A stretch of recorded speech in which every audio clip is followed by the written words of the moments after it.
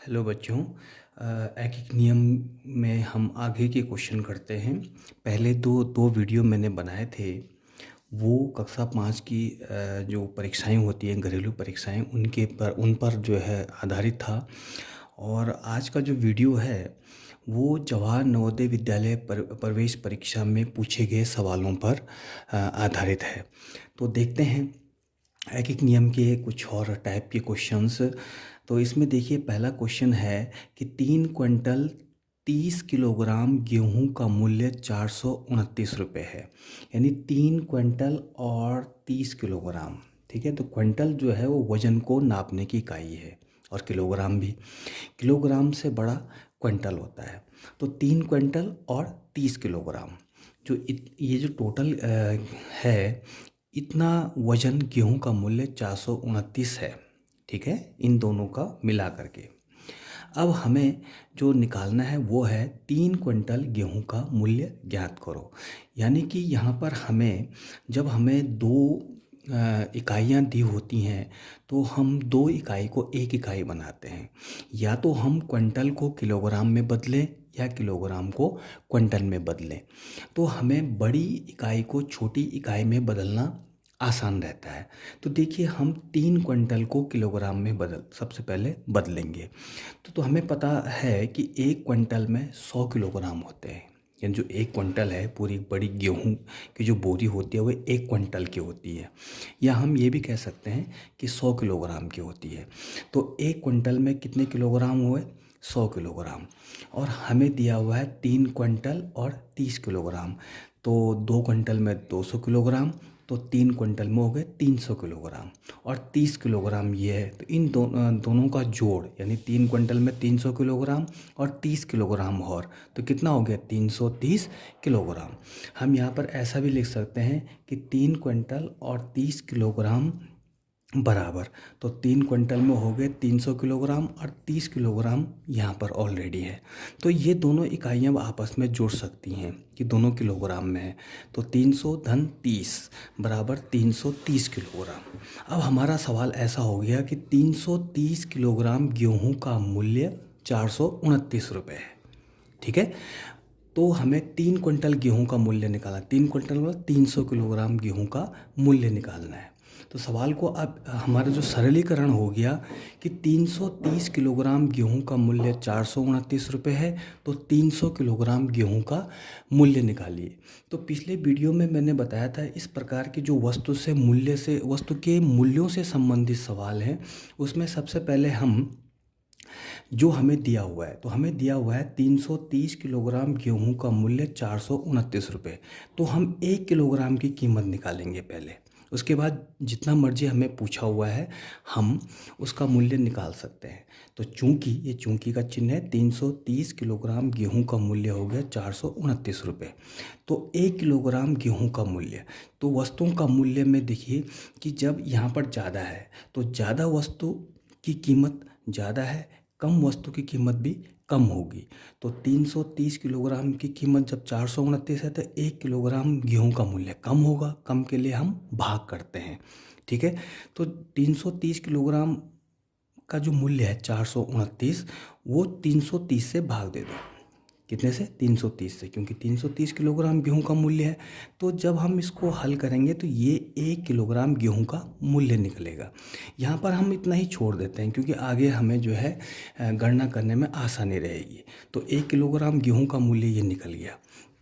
अब देखिए, हमें कितने 3 क्विंटल गेहूं का मूल्य निकालना है। 3 क्विंटल को मैंने किलोग्राम में बदल दिया, 300 किलोग्राम, एक ही बात हुई। अब इन दोनों में तुलना करते हैं। ठीक है, ऊपर की लाइन को आप छोड़ दें। तो देखिए, 1 किलोग्राम गेहूं का मूल्य इतना है, तो 300 किलोग्राम गेहूं का मूल्य ज़्यादा होगा एक की तुलना में। ज़्यादा के लिए फिर हम गुणा का चिन्ह लगाते हैं या गुणा करते हैं। तो 1 किलोग्राम गेहूं का मूल्य ये है, गुणा गया कितने किलोग्राम? 300 किलोग्राम गेहूं का मूल्य निकालना है।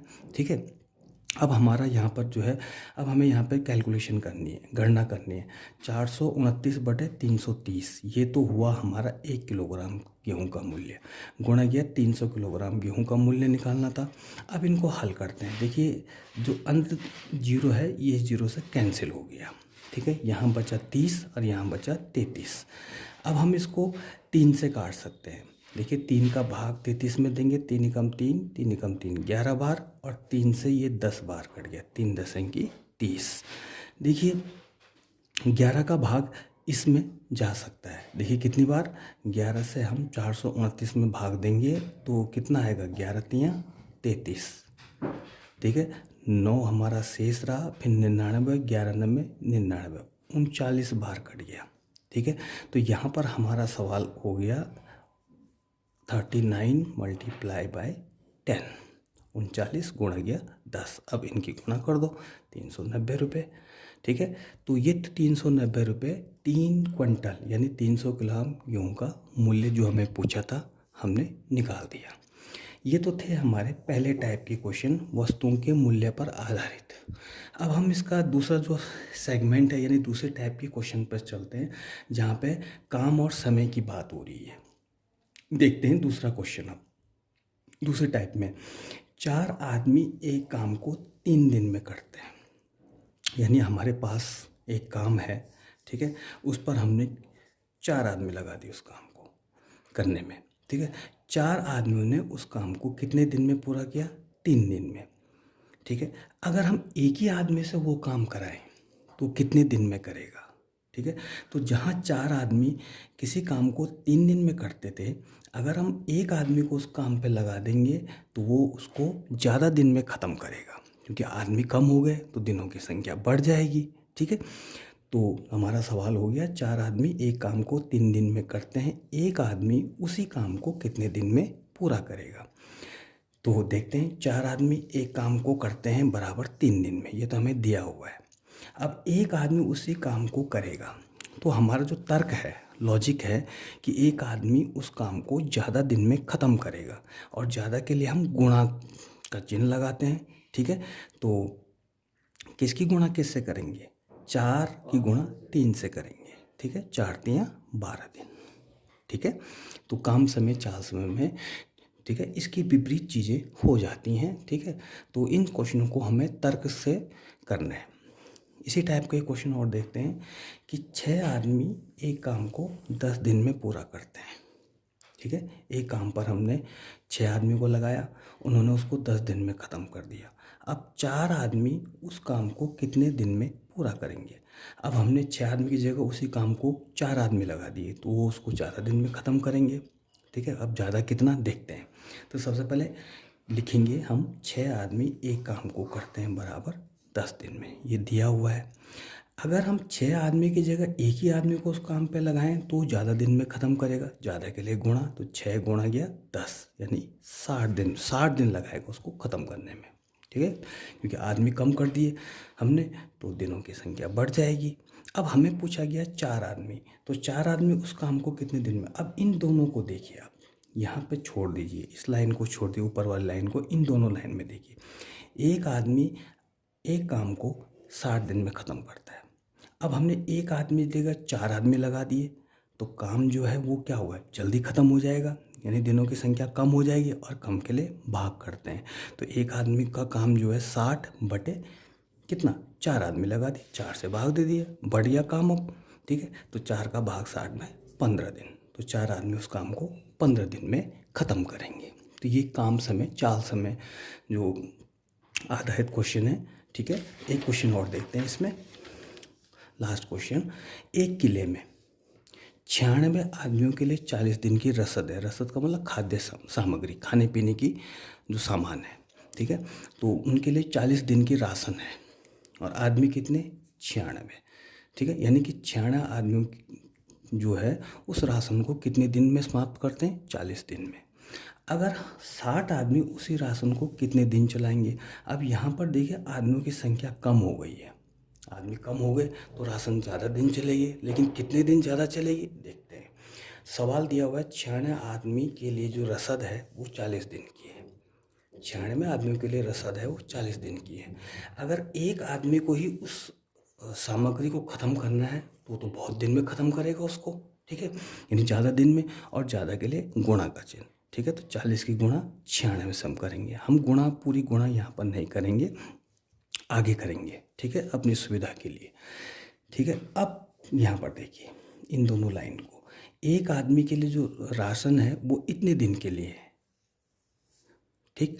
तो 60 आदमियों के लिए, अब आदमी बढ़ गए, ठीक है, तो उसको जल्दी ख़त्म कर देंगे, यानी कम दिन में समाप्त हो जाएगी, और कम के लिए हम भाग का प्रयोग करेंगे। तो एक दिन की राशन, एक आदमी की जो राशन है इतने दिन की बटे 60 आदमी, 60 से हम भाग दे देंगे, ठीक है। तो देखिए इनकी कैलकुलेशन, देखिए 0 से 0 कैंसिल हो गया, ठीक है। अब देखिए यहाँ पर हम 6 का भाग देते हैं, 6 का भाग देखिए 96 में 6 कम 6, ठीक है, 3 शेष हुआ 36, 6 छक्का 36, 16 गुणा गया 4, तो 16 चौको 64 दिन में, ठीक है। और यहाँ से भी आइडिया लगाइए, देखिए 96 आदमियों के लिए राशन है 40 दिन की, ठीक है, तो 60 आदमी उसको जो है कितने दिन, ज़्यादा दिन चलाएंगे। यहाँ 96 आदमियों के लिए 40 दिन की राशन थी, 60 आदमियों के लिए 64 दिन में उसको ख़त्म करेंगे।